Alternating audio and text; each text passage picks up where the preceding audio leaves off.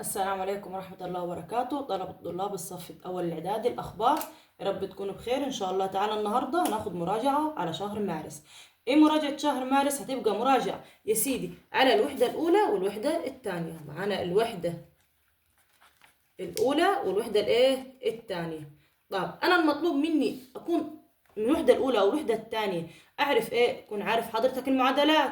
إيه هي المعادلات؟ اللي هي إكس مثلا زائد 2 يساوي 5، اللي بتحتوي على علامة يساوي اسمها معادلات، لازم نكون عارفين حلها. وتاني المتباينات، إيه الفرق بين المعادلة المتباينة؟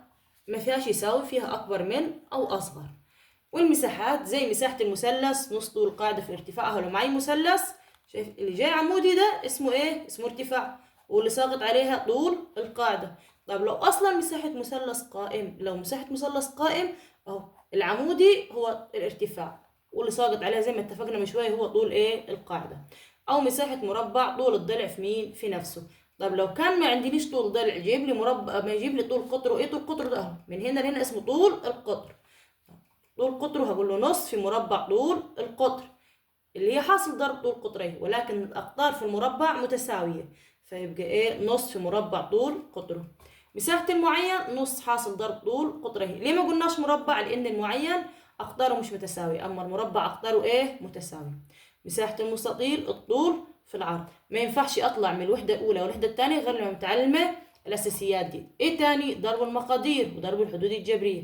إيه الحدود؟ زي 3 إكس هضربها في 4 إكس أهو، 3 إكس هضربها في 4 إكس، أو 5 واي هضربها في 2 دي اسمها حدود جبرية. طب إيه ضرب المقادير؟ زي إكس زائد 2 مضروبة في إكس ناقص 3، أو قسمة مقدار المقادير الجبرية على حد جبري هناخدها احنا وبنشرح، أو على مقدار جبري زي القسمة المطولة. مع الجذور التربيعية، طبعا كلنا عارفين الجذور التربيعية، مثلا زي جذر 9 كم في كم يدين 9، جذر 16 جذر 9 هنا ب3، جذر ال16 ب4، جذر ال25 ب5، وهكذا. ومفروض كمان نطلع منها عارفين الجذور التكعيبية زي جذر ال27. كم ضربته في نفسه 3 مرات يديني 27، هقول له 3. دي أول حاجة المفروض نطلع من شهر مارس أو من الوحدة الأولى للوحدة الثانية، الأساسيات المفروض يكون متعلمينها، والصيغة العلمية. يلا كده بينا هنبدأ ونقول اللهم صل وسلم وبارك على سيدنا محمد. ما ننساش الصف الأول الإعدادي تدوس لايك وتعمل اشتراك، وإن شاء الله تعالى المراجعة تستفاد منها. تعالى كده النهاردة اللهم صل على سيدنا محمد. أول سؤال، أوجد في زد مجموعة حل المتباينة. 4 ناقص 3 إكس مفتوحة في وش إكس العلامة يبقى أكبر. ابص هنا العلامه مفتوحه في وش مين؟ في وش اكس، يبقى هي اكس الاكبر. اكبر من او يساوي كام؟ 13. حلها ازاي دي؟ اهو اول مساله اقول له 4 ناقص 3 اكس اكبر من او يساوي 13. احنا ماخدين اول الفيديو الاولاني او مراجعه الوحده الاولى، انا مين دايما هدف اللي بدور عليه؟ هو بيبقى اكس. اكس بالمعامل بتاعه، ايوه اكس بالمعامل بتاعه. يا هنزل سالب 3 زي ما هي سالب 3 اكس، ما ينفعش يكون السالب قاعد واسيبه. اكبر من او يساوي، اتفقنا طالما العلامه مفتوحه في وش الاكس يبقى اكبر من او يساوي. انزل بعد 13 زي ما هي، زي المعادلات في الوحده الاولى. هنا 4 قبل ما تاجي هنا هي موجب ولا سالب؟ موجب، يبقى اللي يطلع من داره يتقل مقداره. بدل ما 4 خليها كام؟ 3، خليها سالبه، بدل ما كانت موجبه خليها سالبه. سالب 3 اكس زي ما هي اصغر من او يساوي 13 ناقص 4 ب9. دلوقتي انا عاوزه اخلص من المعامل بحيث ان اكس تبقى فاضيه. طب هقسم على معامل اكس. معامل اكس بكام؟ بسالب 3. ملحوظه مهمه، هي مهمه جدا دي. طب ايه المهم اللي فيها؟ انا قسمت على سالب 3، طالما هتقسم على سالب 3 يا اولى اعدادي ما ينفعش اخلي علامه زي ما هي، لازم اغيرها. هي اول حاجه سالب 3 راحت مع سالب 3، فضلت مين معاي؟ اكس اصغر من او يساوي، بدل ما كان اكبر بقي اصغر من او يساوي. 9 على سالب 3 موجب على سالب فيها السالب، 9 على 3 فيها 3. اروح اقول له مجموعة الحل بتساوي، اركز الاول هي سالب 3 معاي، ايوه. ليه طب سالب 3 معاي؟ لانه بيقول لي اكس اصغر من او يساوي كام؟ سالب 3. هو عاوز مجموعة الحل في زد، يعني ايه زد؟ الاعداد الصحيحة اللي هي السالبة والموجبة والصفر معنا. مين اصغر من سالب 3؟ سالب 4 وتاني سالب 5 وتاني والى ما لا نهاية. ده حل أول إيه؟ أول مسألة. طب تاني مسألة، أوجد في إن، يعني إيه إن؟ الأعداد الإيه؟ الطبيعية. مجموعة حل المتباينة نص إكس ناقص 2، العلامة مش مفتوحة في وشها، يبقى أصغر من أو يساوي كام؟ سالب 1. زي ما أنا الصف الأول، نص إكس ناقص 2 أصغر من أو يساوي سالب 1. مين هدف اللي بدور عليه؟ وما زلت بدور، هو هدف اللي بدور عليه هو اللي بنزل بيه. أنا بدور على إكس، مش هي دي المجهولة؟ طب انزل بيه نص إكس أصغر من أو يساوي سالب 1. هنا سالب 2 تجي موجب 2. نص إكس زي ما احنا أصغر من أو يساوي، إشارتين مختلفتين، نزل إشارة الكبير واعمل إيه؟ أطرح، طالما مختلفتين أطرح. مين الكبير؟ موجب 2 ناقص 1 بواحد. طب أنا في الحالة دي هقسم، ماشي، نقسم على كام؟ اقسم على النص. طبعا هقسم النص، نص راحت مع النص، بس كده هقول له 1/2. اعمل 1 على نص هتديك 1/2 اللي هي بكام؟ ب2. طب اعملها ازاي 1 على نص؟ اهو لو قلت له 1 على نص، نزل 1 زي ما هو، اقلب العلى في الاتنين فوق والواحد تحت، 1/2 ب2. يبقى اكس او اصغر من او يساوي كام؟ ال2. زي ما انا مجموعة الحل في اعداد طبيعية. مين اعداد طبيعية دي؟ اخرها الصفر. اعداد طبيعية بيقول لك في ان اهو، اركز في دي سنة اولى اعداد، ان اعداد طبيعية اخرنا صفر، يعني صفر واعداد موجبة بس، ماليش دعوة بالاعداد السالبة. ان اكس اصغر من او يساوي كام؟ الاتنين. طالما او يساوي يبقى الاتنين معا. مين اصغر من الاتنين؟ 1 وتاني صفر، يبقى خلاص كده هوقف العلامة هنا. خلصت؟ ايوه خلصت. اوجد في كيو، ايه كيو دي؟ مجموعة الاعداد النسبية، مجموعة حل المتباينة. 2 مضروبة في ايه؟ 2 اكس ناقص 3 اصغر من او يساوي 4. المسألة دي جميلة كده اهو، اروح اقول له ايه؟ 2 مضروبة في 2 اكس ناقص 3 اصغر او يساوي 4. بص يا جماعة، اللهم صل على سيدنا محمد، طالما هنا 4 ينفع تتقسم على الاثنين، يبقى ما فيهاش نقاش. اقسم من غير ما اضرب الاثنين في القوس. يقول لي لا ده الاثنين من بره اضرب بيها في القوس. لما انا اجيبها بطريقه اسهل، طالما 4 ينفع تتقسم على الاثنين اقسم، ما تنقش. اهو زي ما انا، اللهم صل على سيدنا محمد، هنا على الاثنين وهنا على كام؟ على الاثنين. راحت مع الاثنين، بيطلع 2 اكس ناقص 3. طب انت ليه ما هي الاثنين دي تخص القوس كله. أصغر من أو يساوي 4 الاتنين فيها الاتنين. مين هدف اللي بدور عليه؟ رجعنا لنفس العادة. مين؟ 2 إكس، نزل 2 إكس أصغر من أو يساوي 2 سالب 3 تجيب كام؟ موجب 3. أدي 2 إكس بكام؟ 2 إكس أصغر من يساوي 2 و3 5، ومنها إكس أصغر من أو يساوي 5 على الاتنين. طب ليه على الاتنين؟ ما أنا بقسم على الاتنين، في هنا 2، لو قلنا 2 على الاتنين راحوا مع بعض، فضلت 5 على الاتنين. اكس اصغر من او يساوي. طب مين مجموعة الحل في كيو؟ دي احلى مجموعة. اقول له اكس حيث اكس تنتمي لمين؟ لكيو. هو قال لي اصلا عايزها في كيو، ومنها اكس بس كده اصغر من او يساوي 5 على الاتنين. واحد يقول لي يا مس لا انا هضربها في القوس. اضربها مستعد انا في القوس اهو. 2 من بره، 2 في 2 اكس، 2 اكس ناقص 3 اصغر من او يساوي كام؟ 4. 2 في 2 ب4 اكس ناقص 2 في 3 ب6. ما اللي يضرب في الرقم كله. اصغر من او يساوي كام؟ 4. مين هدفي؟ 4 اكس اصغر من او يساوي، نزل 4 زي ما هي، سالب 6 تاجي موجب 6. حليناها بالطريقتين كده اهو. 4 اكس اصغر من او يساوي 4 و6 10، نقسم على 4 راحت مع 4 فضلت 10 على 4. اكس اصغر من او يساوي 10 على 4، هي 10 على 4 5 على 2 لما نجي نبسطها. يعني كل الحالتين جات لي نفس المسألة، فدي اسهل لي. تعالوا كده خلصنا اول سؤال، اول صفحة. اللهم صل على سيدنا محمد. مكملين. اوجد ناتج اكس تربيع مضروبة في واي تربيع. هو ده ناتج ضرب حدين جبرين، ما اقدرش اقول مقدارين. تعالوا كده هو، اللهم صل على سيدنا محمد، اقول له ايه الحل. اول واحدة اهو، اكس تربيع مضروبة في واي تربيع مضروبة في كام؟ 5 اكس تربيع واي.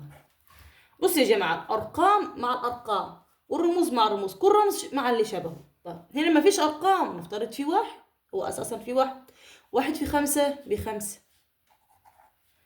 اكس أس 2 في اكس أس 2 ماخدينها برضو من أساسيات الوحدة الأولى والثانية، إن أنا أعرف ضرب الأسس. طب الأساس زي ما هو متشابه، نزل اكس، هنعمل ايه؟ الأسس بنجمعها، أس 2 وهنا أس 2 ب4. طب نزل واي، هنا الواي وهنا واي، ماشي الأساس متشابه نزله، بس هنا واي أس 2 هنا واي أس 1، هو مش بيكتب 1. 2 1 3. أدي حل أول مسألة. طب المسألة التانية بتقول لي ايه؟ 3 اكس مضروبة في 3 اكس أس 2 زائد 3 اكس واي ناقص 2، ونقفل المسألة. التلاتة دي مضروبة في القوس كله، يعني أنا لو همررها على القوس كله. حلها ازاي؟ بص اهو، نضرب الأرقام الأول مع الأرقام بعدين الرموز مع الرموز. 3 في 3 بص ب9، وإكس في إكس أس 2 أقول له إكس أس 3، لسه شارحينها. ننزل الأساس والأسسين نعمل لها نجمعها. أنزل هنا إيه؟ الزائد زي ما هي، وأرجع أضرب التلاتة تاني، ما هي زي ما ضربت هنا اضربها برضو في الرقم التاني. 3 في 3 ب9، إكس وإكس إكس أس 2 تنزل واي زي ما هي عشان ما فيش ضرب. أنزل مين هنا؟ ناقص 3 في 2 ب6، وادي اكس تنزل زي ما هي، وهوجد ناتج الوضع اللي عاوزه. اللهم صل على سيدنا محمد. اختصر لأبسط صورة. طب دي أحلها ازاي؟ بس كده اهو، نكتب المسألة قدامنا الأول. 3 اكس ناقص 1 زائد 3 اكس مضروبة في كام؟ في اكس زائد 2. طب هنختصرها ازاي؟ صف الأول الإعدادي خليكم كده معاه. أنزل اهو، بص هنا بينهم زائد، فأنا طالما بينهم زائد ما آخري هنا. تعالى كده، 2 في 3 ب6، 6 مين؟ اكس. انزل ناقص زي ما هو، ارجع اضرب الاتنين تاني، 2 في 1 ب2. انا اخر القوس ده الاتنين تاني ما اضربهاش في رقم تاني. طب هنا اعمل ايه؟ اعمل زائد زي ما هي، 3 في 1 ب3، واكس في اكس اتفقنا ارقام مع ارقام والرموز مع الرموز. اكس في اكس باكس اس 2، ونزل زائد زي ما هي، الزائد اللي نزلته هنا، وارجع اضرب التلاتة. اتفقنا اهو. اخر كده اهو، الاتنين تبع القوس، و3 اكس تبع القوس التاني. 3 اكس في 2، 3 في 2 ب6، تنزل 6 اكس عشان الاكس ما تضربش في حاجه. بص هنا 6 اكس وهنا 6 اكس بيقوا كام؟ 12 اكس. مش دي موجبه دي موجبه، يبقى اجمع 12 اكس. طيب وفي 3 اكس تربيع، يبقى كان اولى من اول انزل 3 اكس اس 2 بحيث تبقى مظبوطه، زائد 12 اكس سالب 2 تنزل زي ما هي. فانا لو عايزه اظبط اولى اعدادي اظبط على حساس الرمز، هنا اس 2 بعدين اس 1 بعدين حد ايه مطلق. واتمنى يكون ايه فهمناها ان شاء الله. شوف كده على المسألة اللي وراها. اللهم صل على سيدنا محمد عليه الصلاة والسلام. بيقول لي ايه؟ اختصر لأبسط صورة. طب ايه اختصر لأبسط صورة؟ ضرب مقدارين، زي المثال اللي عدت من شويه، الاتنين ام ضربها في المقدار الاول بعدين زائد، ملناش دعوه طالما زائد فصل ما بينهم. 3 ام ضربها فين؟ في القوس الثاني. ثم اوجد القيمه العدديه للمقدار عندما ام بتساوي 2. الدور ده بعد ما هخلص واجيب قيمه ام هضرب ام اعوض عن ام بكام؟ ب2. تعالوا كده نحلها. هقول له هنا اهو، اهو تحليها ازاي؟ اقول له 2 ام ضربها في ام ناقص 4 زائد 3 ام مضروبة في كام؟ في 2 ام زائد 1. تمام كده؟ 2 في 1 ب2، هقول الحل عشان نركز. 2 في 1 ب2، ام في ام بام اس 2، هي يا جماعة اكس، هنا السالب تنزل اهو، هي السالب دي اللي نزلتها، ارجع اضرب الاتنين في باقي القوس، 2 في 4 ب8. ام تنزل زي ما هي. خلاص لو كان هنا في 3 حدود كنت هضرب الاتنين ام بره في ال3 حدود، بس اخرها 4. انزل زائد زي ما هي. من فضل معاي 3 ام، برضو هضربها في قوس في كل حد. 3 في 2 ب6، ام في ام بام اس 2. انزل زائد زي ما هي، جبتها من وين اهي زائد دي. 3 في 1 ب3. طب ام ملهاش، ننزلها زي ما هي. اول حاجه هنا 2 ام اس 2 وهنا موجب 6 ام اس 2، طالما دي موجبه دي موجبه اجمعها، اروح اقول له كده كام؟ 8 ام اس 2. وهنا سالب 8 ام، وهنا كام؟ موجب 3 ام. اشارتين مختلفتين، نزل اشاره الكبير واطرح، يبقى السالب 5. 8 ناقص 3 5 ام. هعمل ايه؟ هو مش قال لي لسه ان ام ب2؟ اعوض. طب اعوض ازاي؟ 8 زي ما هي، شيل ام حط مكانها 2. 2 اس 2 ايوه بالظبط كده. نزل ناقص، ننزل هنا مين؟ الخمسة اهو. هي ام بكام؟ ام ب2. هي 2 اس 2 بكام؟ ب4. 4 في 8 ب32. جبتيها ازاي تاني اهو؟ 8 دي 2 اس 2 جبتها بكام؟ ب4. 4 في 8 ب32 ناقص 5 في 2 ب10، و32 ناقص 10 تديني 22. عيدها تاني. 2 ام مضروبة في ام ناقص 4 زائد 3 ام مضروبة في 2 ام ناقص 1. عملنا ايه؟ بص اتفقنا طالما في بينهم زائد يبقى الحد الجبري ده مع المقدار، 3 ام مع المقدار التاني. هنا 2 ام، 2 ام تربيع جت ازاي؟ ضربت الارقام مع الارقام والرموز مع الرموز. 2 في 1 ب2، ام في ام بام اس 2. نزلت السالب او ناقص، بعدين هاجي اضرب في الحد التاني. 2 في 4 ب8. مفيش ام، نزل ام بتاعتي، ونزل هنا بعدين مين؟ الزائد. 3 في 2 ب6، ام في ام بام اس 2، ونزل الزائد. مجبتش ارقام من عندي لحد الان. 3 في 1 ب3، وادي ام. جبتيها من وين؟ ام. مفيش هنا رموز فاضطريتك تنزل بيها. بدور كده اهو على شبه بعض. هنا 2 ام اس 2 وهنا 6 ام اس 2. طب دول مش شبه بعض؟ لا، في حاجه. لو ام اس 2 وام اس 2 يبقى شبه بعض، لو ام اس 3 وام اس 3 يبقى شبه بعض. لكن ام اس 2 وام اس 3 مش شبه بعض. فيبقى 2 ام اس 2 و6 ام اس 2، طالما 2 موجبين يبقى هنجمع. 6 وام 6 و2 8 ام اس 2. بعدين هنا ام وهنا ام بس، يعني اس 1، لكن معاها سالب 8 وواحدة تاني معاها موجب 3. إشارتين مختلفتين، نزل إشارة الكبير واطرح. 8 الكبيرة نزل السالب، 8 ناقص 3 5 ام. وهستخدم مين؟ التعويض اللي هو ام بكام؟ ب2. هو قال لي هنا ام اس 2، نزل 2 اس 2. 8 في 4 ناقص 5 في 2، 8 في 4 ب32 ناقص 5 في 2 ب10، منها تديني 22. تعالوا كده للمثال الثاني، مثلث طول قاعدته. مثال ده حد يشوفه يتخض، مع انه لو حب نركز فيه شويه. مثلث طول قاعدته اكس اس 2 زائد 2 اكس زائد 3. وحدة طول وارتفاعه 3 اكس. وحدة طول. أوجد مساحته بدلالة إكس، ثم أوجد قيمة العددية للمساحة عندما إكس بتساوي كام؟ 3. طب أنا عشان أحل أكتب أعمل له مساحة المثلث. هو بيقول لي أوجد مساحة بدلالة مساحة المثلث. إحنا لسه بدأنا الفيديو بمساحة المثلث. إنه مساحة تساوي نص طول القاعدة في الارتفاع.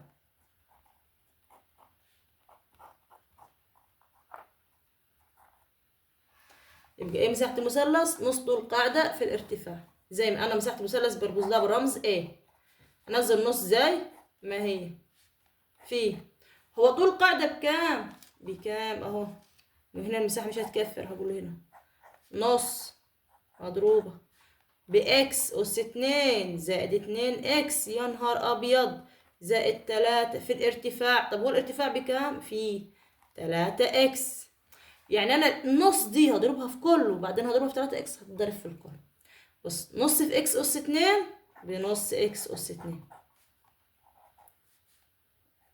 زائد زي ما انا نص في نص الاتنين واحد، يبقى اكس هكتب واحد زائد زي ما هي نص التلاتة واحد ونص، يعني اقول له تلاتة على كام؟ على الاتنين اللي هي واحد ونص.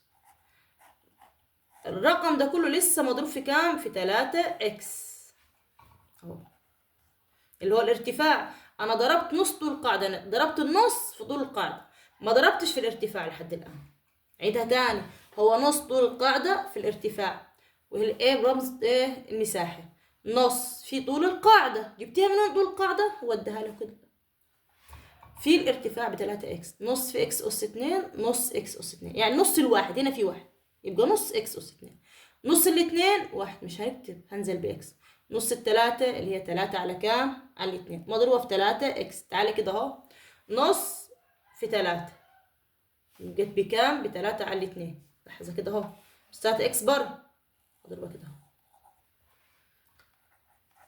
تلاتة على الاتنين، بس مش اكس اس اتنين باكس اس تلاتة. ليه؟ علشان هنا اكس اس واحد واكس اس اتنين بكام؟ اكس اس تلاتة زائد زي ما هي واحد في تلاتة بتلاتة، اكس في اكس اكس اس اتنين زائد تلاتة على الاتنين في تلاتة بتسعة، تسعة على الاتنين هضرب البسط مع البسط، تلاتة في تلاتة بتسعة بكام؟ باكس زي ما هي.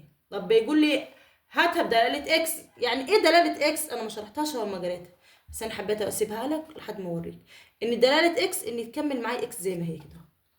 طب وبعدين اوجد القيمة العادية للمساحة عندما اكس بتساوي كام؟ تلاتة. يعني اعوض، ايوه هتعوض، تلاتة على الاتنين مضروبة في كام؟ مضروبة في تلاتة لكل اس اتنين، مش هي اكس؟ ايوه في تلاتة اس تلاتة دي زائد انزل تلاتة زي ما هي اكس اس اتنين بكام؟ بتلاتة اس اتنين زائد تسعة على الاتنين مضروبة في تلاتة. نعم، تلاتة اس تلاتة مضروبة في تلاتة، تلاتة على الاتنين، تلاتة اس تلاتة بكام؟ سبعة وعشرين. سبعة وعشرين في تلاتة واحد وتمانين، واحد وتمانين على الاتنين فيها الكام؟ هتديني واحد وتمانين على الاتنين، تجي كده زائد تلاتة في تلاتة بسبعة وعشرين زائد تسعة وعشرين، سبعة وعشرين على كام؟ على الاتنين. نعملها على الآلة وهتدينا ايه؟ هتدينا الناتج برضو فيه كسور، لا هتدينا هذا الصحيح. لحظة، 80 هنا كام؟ 40 ونص، 8 على 2 فيها 40 ونص، 27 تنزل زي ما هي. 2 في 27 على 2 فيها الكام؟ فيها 13 ونص، يبقى زائد 13 ونص كده 14 و40 44 و27 حسبتيها ازاي؟ بص 40 ونص زائد 27 زائد 13 ونص، ال 13 ونص اجمعها مع النص تدينا 14.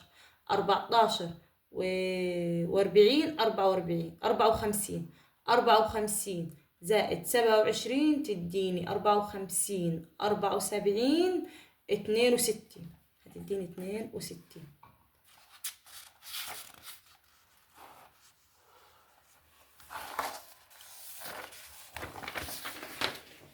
هنا بيقول لي اختر، لو متابعني من الترم الاول هتعرف ان انا اختر مش بحلها غير لما احلها باليد.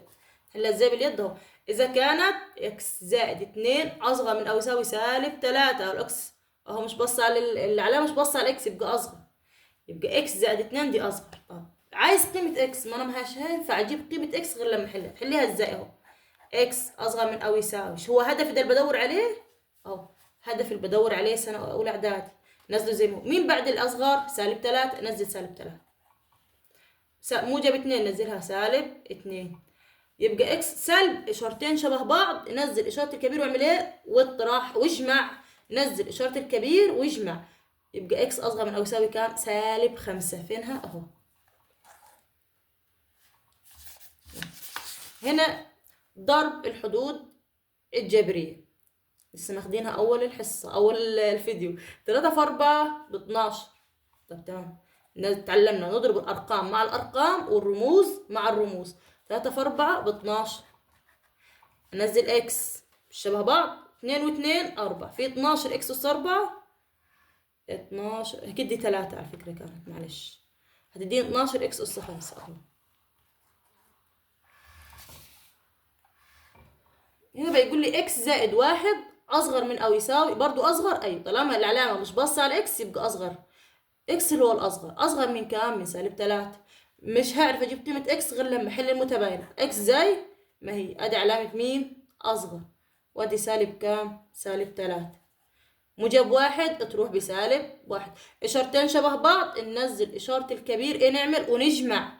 طب يبقى اكس زي ما هي اصغر من سالب وسالب، نزل سالب 3 1 4.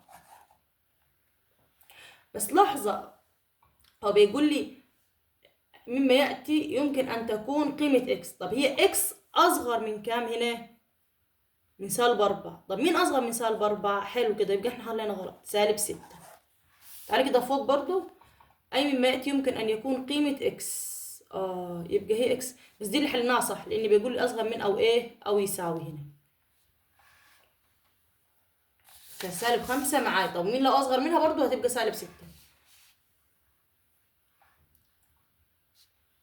5 في 3 بكام؟ ب15. برضو هنضرب ايه أعداد ما لا أعداد.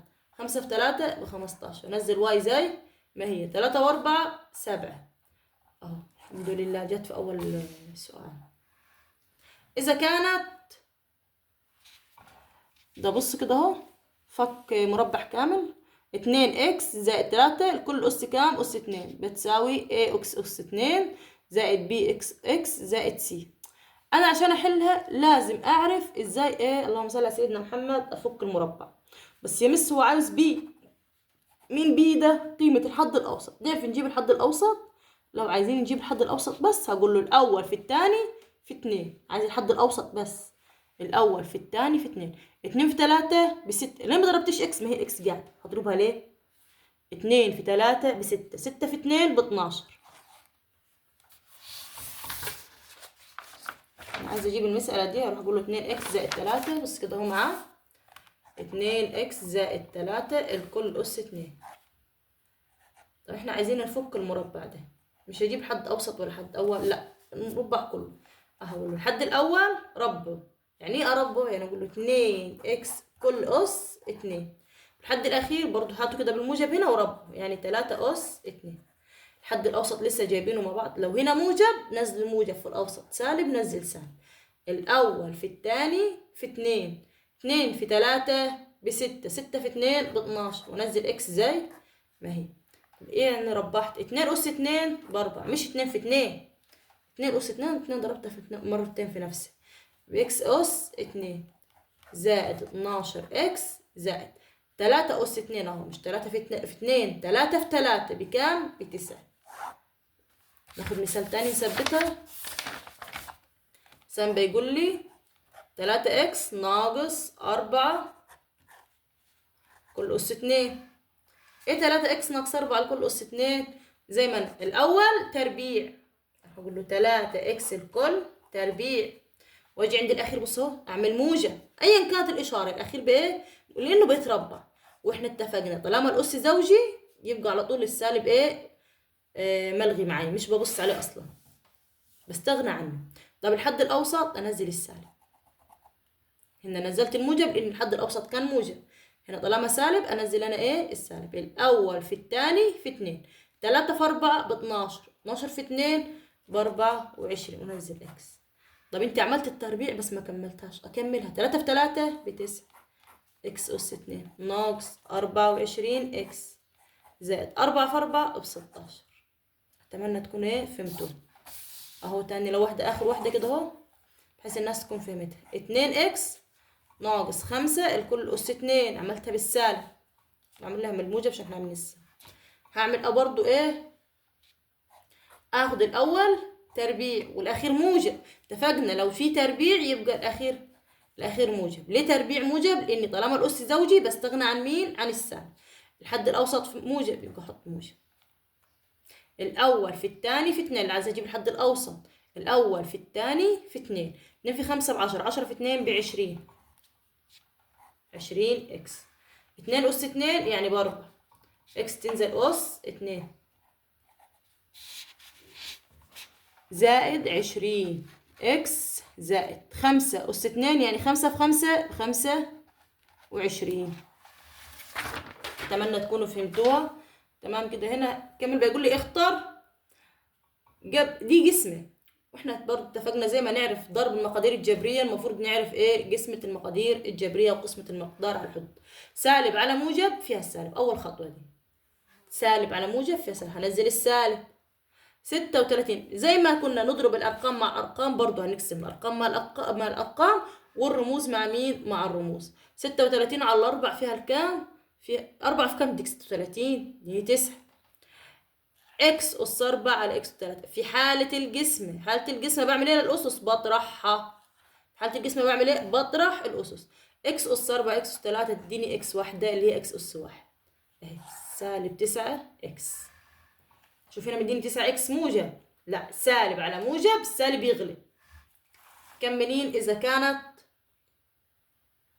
برضو نفس المسألة اللي حلتها من شوية اللي هي فك المربع، عاوز بي. طب هي بي انه حد الاوسط، الاول في الثاني في 2 وبي اكس اكس عندي مش عاوزاها.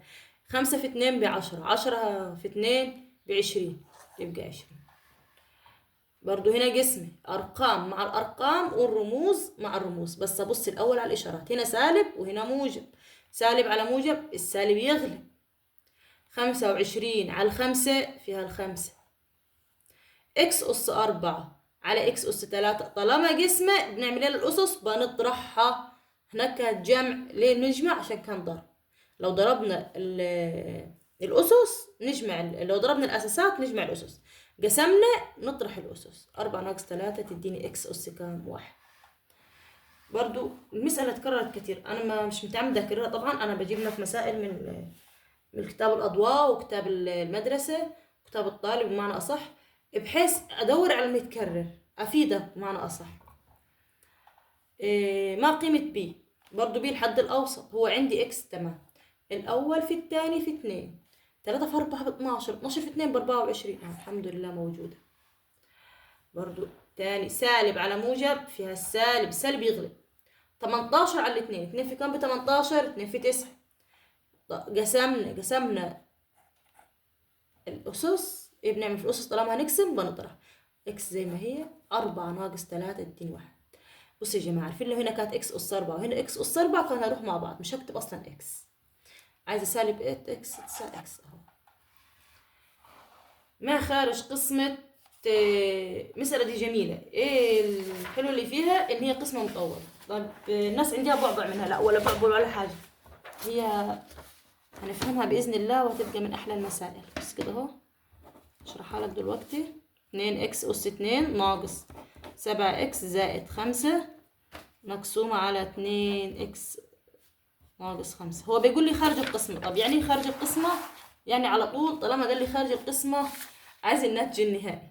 طب هو سهل كده والله، أسهل ما تتخيل. بص اهو الأول مع الأول بس ما تتعبش نفسك، بقسم الأول مع الأول. 2 على 2 راحوا مع بعض. طب اكس أس 2 على اكس أس 1 تديني اكس 1.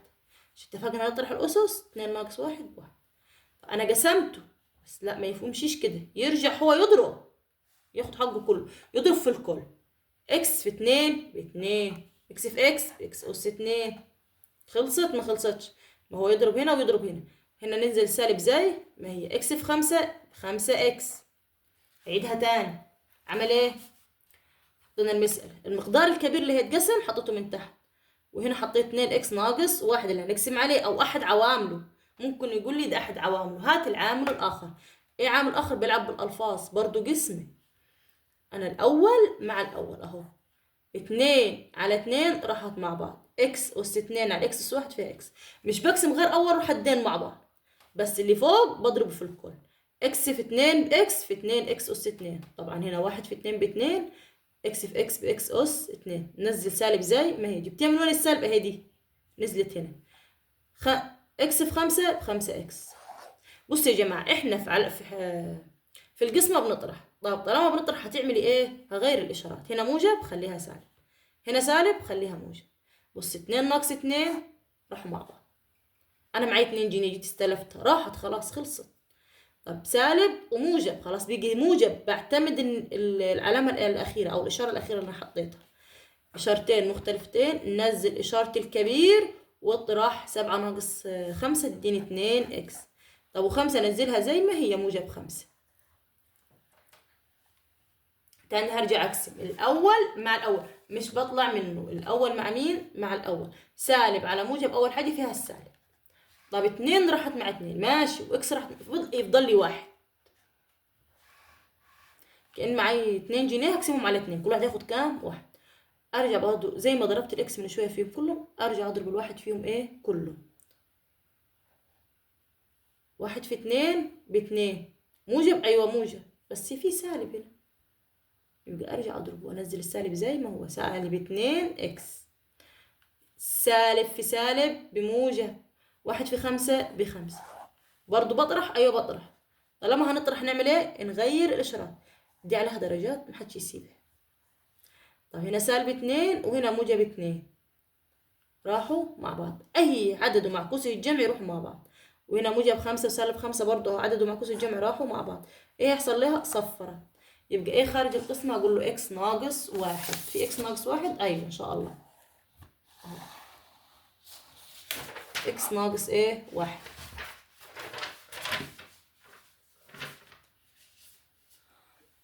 هتعدي علينا تاني مرة واثنين وثلاثة خارج القسمة النهاردة، وان شاء الله هنفهمها.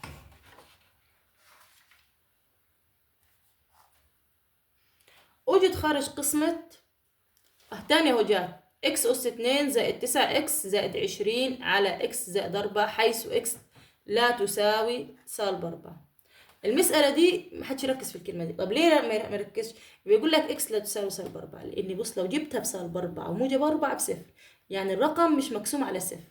ان لو اتفقنا لو مقسوم على صفر معناه غير معرف. انت لو حاولت تحط اي رقم على الصفر، واحد على الصفر، الآلة هتجيب لك ارقام كتير، هي اصلا مش هتعرف تجاوب. بيقول لك ان اكس لا تساوي سالب 4 اللي هو المعكوس الجمعي بتاع مين؟ 4. طبعا حلها ازاي؟ اهو هنعمل علامة ايه؟ القسمة المطولة. هنا هحط اكس زائد 4، هنا هحط الرقم ايه؟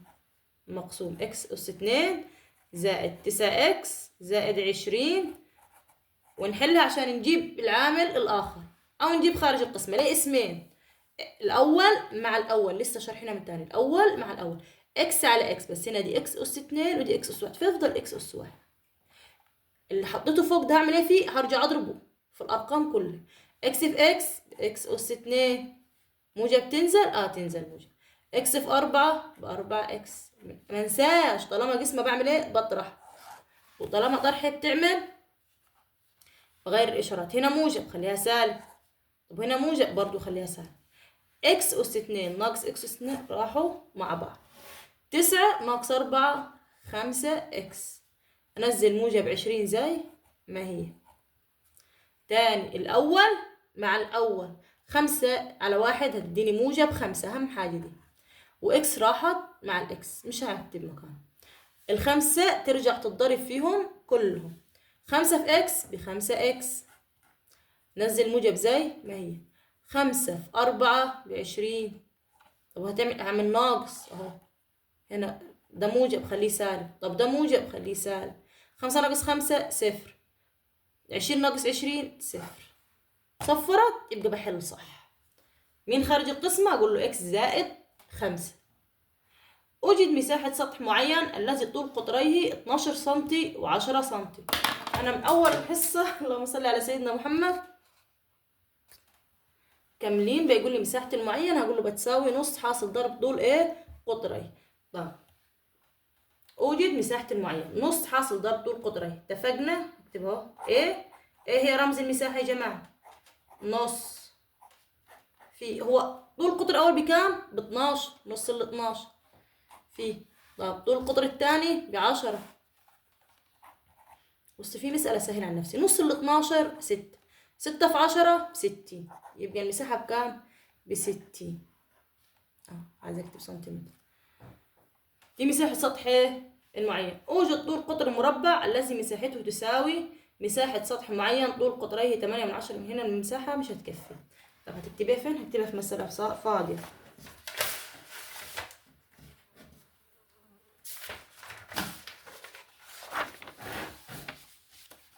عاوز قطر معين، بص لاحظ كده في السؤال، قطر معين الذي مساحته تساوي مساحة قطر مربع تساوي مساحة المعين. يعني أنا كده اللي عرفته النهاردة، أركز أنا بكتب كل كلمة بقراها. مساحة المعين بتساوي مين؟ بتساوي مساحة المربع. يعني أنا كده لو جبت مساحة المعين هقدر أجيب مساحة المربع كأنك جبته. وصلنا لنص المشوار. طيب ما نوقفش، هو عايز قطر مربع، ما قلتش أفكر أروح أرسم مربع قدامي أنا وذكائي وأجيب طول القطر إزاي وأنا مش عندي المساحة. لا، هو أصلا قال لي إن المساحة دي بتساوي، أهو كلمة تساوي مساحة سطح المعين، وداني معلومات على طول قطري مين؟ المعين، وأعرف أشتغل. طب يلا بينا نجيب مساحة المعين، يلا بينا. راح أقول له أهو مساحة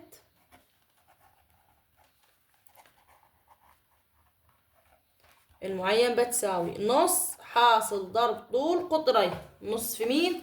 حاصل ضرب طول قطرين.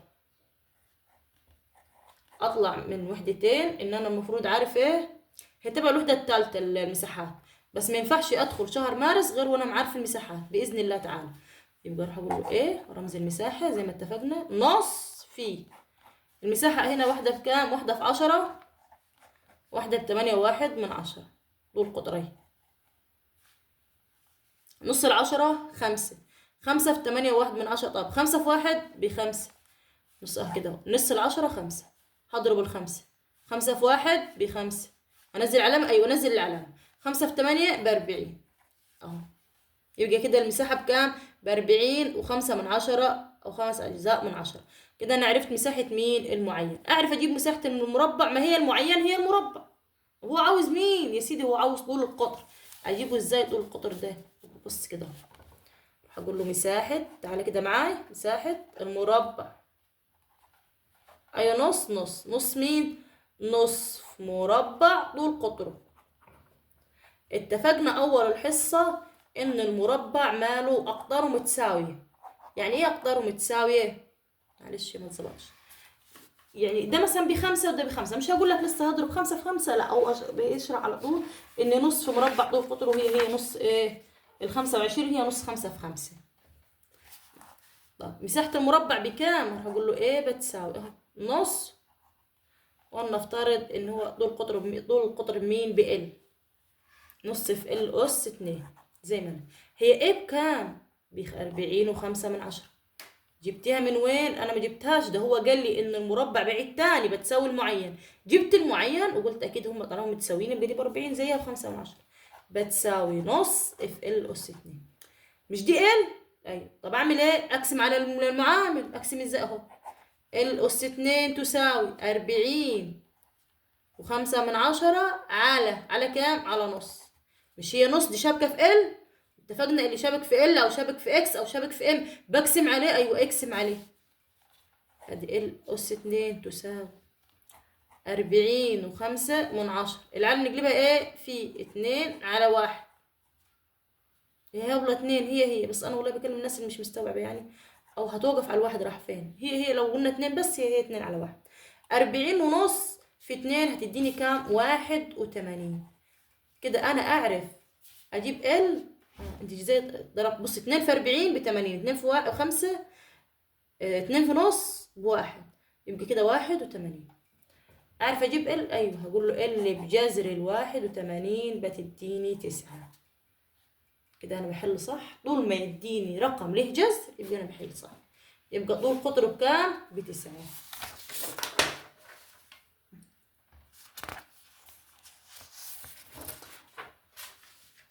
هنا بيقول لي اوجد خارج قسمة، برضو تاني هو جاتني خارج القسمة، واتفقنا ان هي هتبقى سهلة ان شاء الله ومن احلى المسائل باذن الله تعالى. تمام كده، اللهم صل على سيدنا محمد.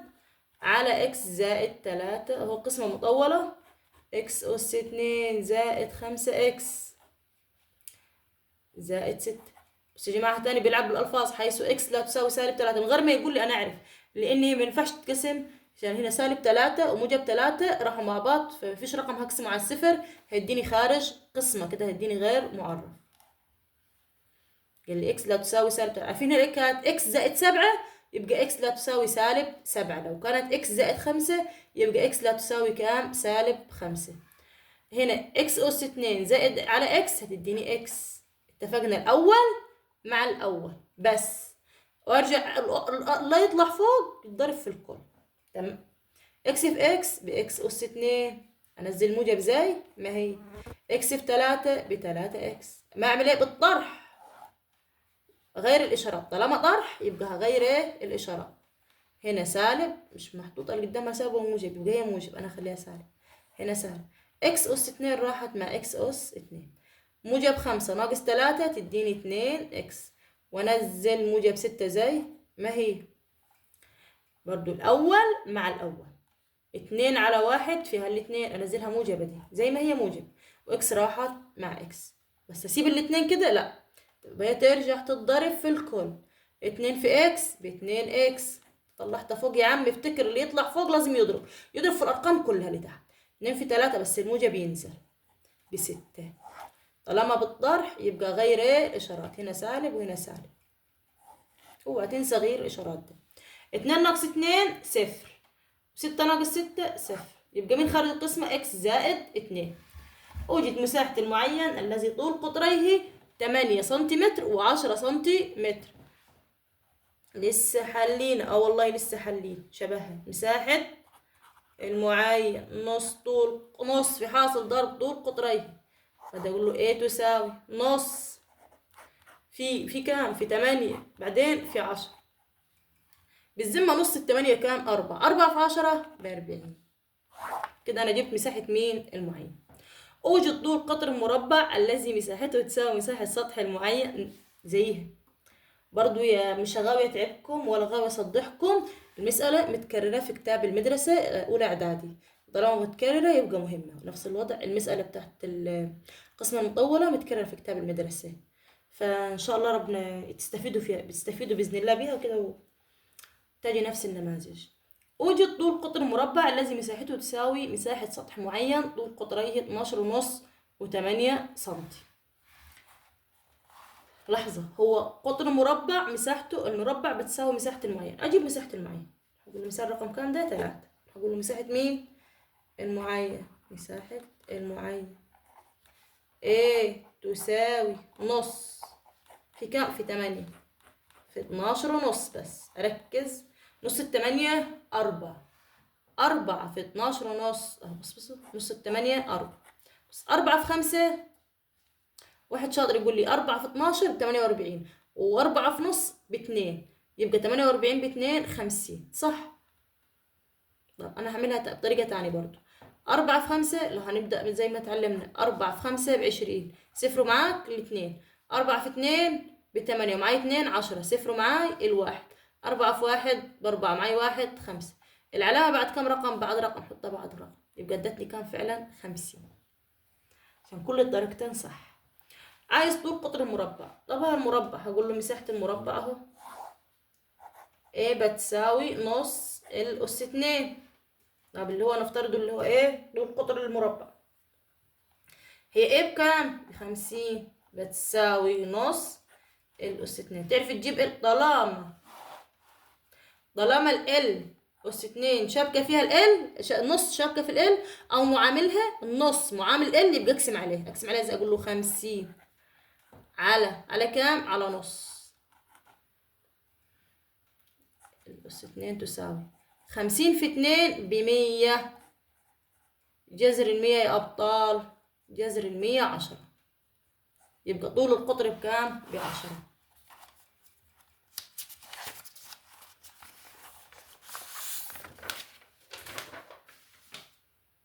هنا بيقول لي ما خارج قسمة. يا نهار، برضو لسه ما خارج قسمة. اتفقنا من الأول إن ما خارج قسمة ده المثال مكرر معانا مش بمزاجي. أنا هخلي ما خارج قسمة ده واجب على الصف الأول الإعدادي. أوجد مساحة معين برضو هخليه واجب أهو، وهحله أول حصة بإذن الله تعالى. وإذا كانت إكس أس 3 بتساوي سالب 27. لا دي أنا هحلها. عايز قيمة إكس. أنا هقول له قيمة إكس بتساوي جذر التكعيبي لسالب 27 بكام؟ ب3. إكس بتساوي 3. راح أقول له هنا مجموعة الحل بكام؟ ب3 بسالب 3 عشان في سالب نسيته. يبقى إكس أس 3 بتساوي سالب 27. أقول له إكس بتساوي جذر التكعيبي كام؟ 27. إكس بتساوي سالب 3. مجموعة الحل بكام؟ بسالب 3. إذا كانت 2 أس 4 مضروبة في إيه، لاحظ كده 2 أس 4 ضربت في إيه ادتني 2 أس 20. يبقى أهم حاجة إن أول حاجة هي بكام؟ إيه، ب2. عرفتيها إزاي ب2؟ لأن 2 ثابتة متغيرتش، بس 2 أس كام عشان تكمل ال20؟ هي عندي منها 4، يبقى فاضل كام؟ طالما ضرب يبقى جمع، يبقى فاضل 2 أس 16. وهنا إذا عايز قيمة إن، دي إيه دي صيغة علمية، صيغة علمية سنة أولى إعداد، وداخل علامة عشرية بجمع بالموجب ولا بالسالب؟ بعد بالموجب. طب هو المفروض طالما صيغة علمية كم رقم موجب، كم رقم صحيح؟ رقم 1. هو حلها صح، هو 2 و5/10. حرك كام العلامة؟ بص العلامة كانت هنا، يلا عد معي. 1 2 3 4 5. يلا كملي، لا هي وصلت لحد هنا، يبقى 5. ينفع أقول موجب؟ لا، هروح أقول له إن بتساوي -5. طالما داخل أرقام عشرية بقت بإيه؟ بالسالب. وهنا ضرب حد جبري في مقدار جبري، الأول مع الأول، إكس في إكس بإكس أس 2. أنزل زائد زي ما هي، اتفقنا زي ما هيضرب في الأولاني يضرب في مين؟ في الثاني. إكس في 2 ب2 إكس، وهتاني مكملة معاه. المسألة دي حلوة، بس كده أهو. قول لي هنا إكس -3 مضروبة في إكس زائد 3. تحليل ده ضرب الفرق بين مربعين، فرق بين مربع. بص كده اهو، اللهم صل على سيدنا محمد. بص شبه بعض بالظبط، اهم حاجه لازم اعرفها، شبه بعض بالظبط. الاول زي الاول والثاني زي الثاني والاشارات مختلفه، دي المهمه. يبقى الاول مع الاول اكس اس 2. طيب السالب في موجب، السالب يغلب. 3 في 3 ب9، ما اعملش غير كده. طب اهو اكس -2 مضروبه في اكس موجب 2. ركز تاني، اكس شبه اكس وسالب 2، هي موجب 2، بس لازم واحده سالب واحده موجب. يبقى الاول مع الاول اكس اس 2. سالب في موجب، السالب يغلب. 2 في 2 ب4. واحده تاني، اكس -5 او موجب 5 مضروبه في اكس -5. بس كده اكس الاول شبه الاول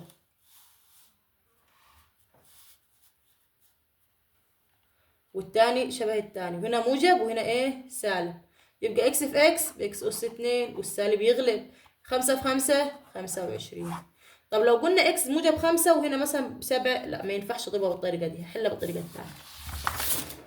يبقى هنا بيقول لي ايه؟ اكس -3 مضروبه في اكس زائد 3. يبقى اكس في اكس باكس اس 2، سالب في موجب سالب. 3 في 3 ب9. يبقى كيب كام؟ هقول له كيب 9. المعكوس الضرب، بص معكوس ضربي يبقى لو اللي فوق تحت واللي تحت فوق. مثلا انا معاي 2/5، مين معكوس الضربي؟ اقول له 5/2. مثلا معاي 3/7، مين معكوس الضربي؟ 7/3. طب تعالى كده هنا، مين معكوس الضرب العدد ده؟ اول حاجه هات الجذر، هات قيمه الجذر معلش. 25 من قيمتها 5. طب وال16 4. يلا مين معكوس الضرب؟ اللي فوق 4 والخمسة تحت. عكسنا، عملنا مقص. اوجد بالصيغه العلميه. الصيغه علميه قلنا مهمه، لها جزء لو لها دور ما ينقصش على الاولاني. طب ايه ده؟ زيها زي متباينه، زي متماثله، زي المعادله، لازم جايه باذن الله، سواء في امتحان شهر مارس او في امتحان اللي هو ايه، اللهم صل على سيدنا محمد، اخر السنه. طب دي ارقام عشريه، انا لي كم رقم صحيح في صيغه علميه؟ رقم 1. مين هنا؟ ال5. ما انا لو طلعت من العلامه العشريه هوصل لحد ال5، هو اول رقم صحيح. هقول له 5.2 في 10. طب 10 أس كام؟ صح، اتفقنا أرقام عشرية بالسالب. 1 2 3 4 5 6 أس -6.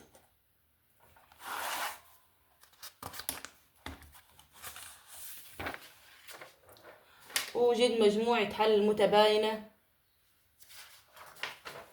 ووجد قيمة n في مجموعة حل المتباينة. بس كده اهو، اللهم صل على سيدنا محمد. أول حاجة بيقول لي هنا ايه؟ 2x-3 أصغر من أو يساوي مين؟ 1. أنا هحل واحدة وأخلي واحدة لكم واجب برضه. 2x والواجب هيتحل أول حصة الحصة الجاية بإذن الله تعالى. ولو في حاجة مش فاهمينها اكتبوا لنا في التعليقات، اكتبوا لي بإذن الله تعالى وأحطها في نفس الفيديو مع بعض. مين هدفي اللي بدور عليه؟ أقول له 2 إكس أصغر من أو كام أو يساوي. نزل واحد زي ما هي دي سالب 3، تجي هنا بموجب 3. 2 إكس أصغر من أو يساوي 1 و3 4. طب أنا بعمل إيه في معامل إكس؟ بقسم عليه، وهنا على 2 وهنا على 2 راح مع بعض. فضلت إكس أصغر من أو يساوي 4 على 2 فيها 2. طب مين مجموعة الحل؟ هو أصلا عاوز مجموعة الحل في مين؟ عاوزها في إن. يعني إيه إن؟ أعداد طبيعية، صفر والأعداد الصحيحة بس. ماليش دعوة صفر وأعداد 1 و2 و3، ماليش دعوة بالسالب. هي أول حاجة قال لي بصوا العلامة دي أو يساوي، يعني الاتنين معاه. مين بعد الاتنين؟ 1 صفر. واحد يقول لي اكتب السالب، لا أقول لك أصل هو قال لي مجموعة الحل في إن. طب يبقى دي عليكم واجب برضو تمام. هحل دي، حل رقم 1 هنا في المعادلة، حضراتكم عليكم رقم 2 إيه؟ واجب. وإن شاء الله تعالى نعرف ليه رقم، أو أنا هخلي لكم كده، خلينا كده 2 إكس أس 2 تساوي ناقص 5 تساوي 13. يلا كده بينا، اللهم صل على سيدنا محمد. من هدفي 2 إكس تنزل زي ما هي وبعدين يساوي. هنا كان أكبر من أو يساوي، هنا بنزل يساوي. مين بعد يساوي؟ 13. سالب 5 تاجي موجب 5، اللي يطلع من برا يتغير علامته. أنزل 2 إكس أس 2 زي ما هي تساوي 13 و5 18. ماله معامل إكس؟ نقسم عليه، هنا على 2 وهنا على كام؟ على 2. ده راح مع بعض. فضلت إكس أس 2 تساوي 18 على 2 فيها 9. دلوقتي أنا عاوزة إكس، راح أقول له إكس تساوي بس كده موجب أو سالب جذر التسعة. مش دي أس 2 يعني مين ضربته لنفسه مرتين يديني 9، هات جذر التسعة. إكس بتساوي موجب أو سالب كام؟ 3. طب لحظة قبل ما أحل، لو قال لي عاوز مجموعة الحل في إن يعني أعداد طبيعية مش هاخد السالب، لكن لو قال لي في زد هكمل. تعالى شوفوا عاوزها في مين هنا. لا ما حددش، بس أنا بقول لك لو قال عاوز مجموعة الحل في إن يبقى مش هاخد مين؟ السالب، هاخد موجب 3 بس. أما لو في زد هاخد الموجب، هاخد مين؟ السالب. اختصر لأبسط صورة أهو، اكتبها.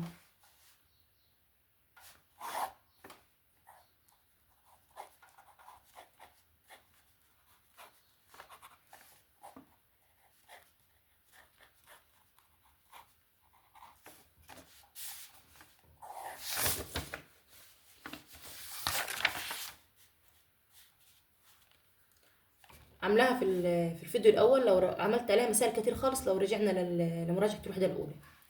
تمام، لسه منزلها من يومين. سالب 3 مضروبه في سالب 3، احنا طبعا ننزل سالب 3 زي ما هي. هنا 5 وهنا 6، طالما الاساس شبه بعض نجمع الاسس. 5 و6 11، وننزل هنا كام؟ سالب 3. هنا 3 وهنا 5 برضو بكام؟ بنجمعهم ب8. بس كده دور سالب 3.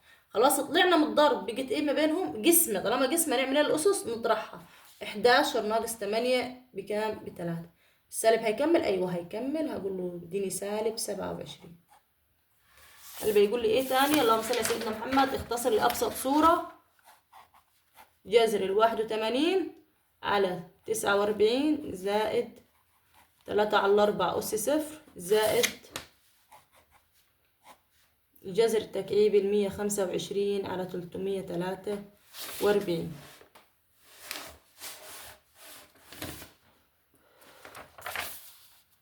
هروح اقول له ايه؟ اللهم صل على سيدنا محمد. برضو المسألة دي حل عليها كتير خالص في مراجعة الوحدة الأولى. أنا جبتها تاني عشان شهر مارس، فأكيد يعني بإذن الله يعني مسائل تتكرر يبقى جاي بإذن الله تعالى، ربنا يجيب لكم السهل. جذر 81 مين فاضرب في نفسه مرتين اديني 81، أقول له 9. جذر 49 7 زائد 3 على 4 أس 0. أي عدد أس 0 اتفقنا من الحصة اللي فاتت لو مليون أس 0 بكام؟ ب1 زائد. هنا عايز جذر تكعيبي يعني عدد ضربته في نفسه كم مرة؟ 3 مرات. 125 من جذرها الخمسة. 343 جذرها كام؟ أنا عملت جذر تاني هنا، جذرها 7. طب هنعمل ايه؟ اقول له 9 على 7، بس المسألة دي مهمة جدا. زائد، عارفين الوحدة خليها كام؟ 7 على 7. طب ليه خليتيها 7 على 7؟ عشان مقام 7 و7 على 7 فيها الواحد. كده انا ما عملتش حاجة، بس انا بسهل على نفسي المسألة. المقامات موحدة خد 7. 9 و7 16. 16 و5 21. 21 على 7 فيها 3. كده مسألة حل. طب هنا في تاني اللهم صل على سيدنا محمد، اختصر لأبسط صورة. حليتها اختصر لأبسط صورة. في اختصر لأبسط صورة، وفي تاني اختصر لأبسط صورة. تمام، برضو واجب من ضمن المسائل الواجب. فأول الفيديو الجاي إن شاء الله تعالى كل المسألة قلت عليها واجب أنا هكون حلها بإذن الله تعالى.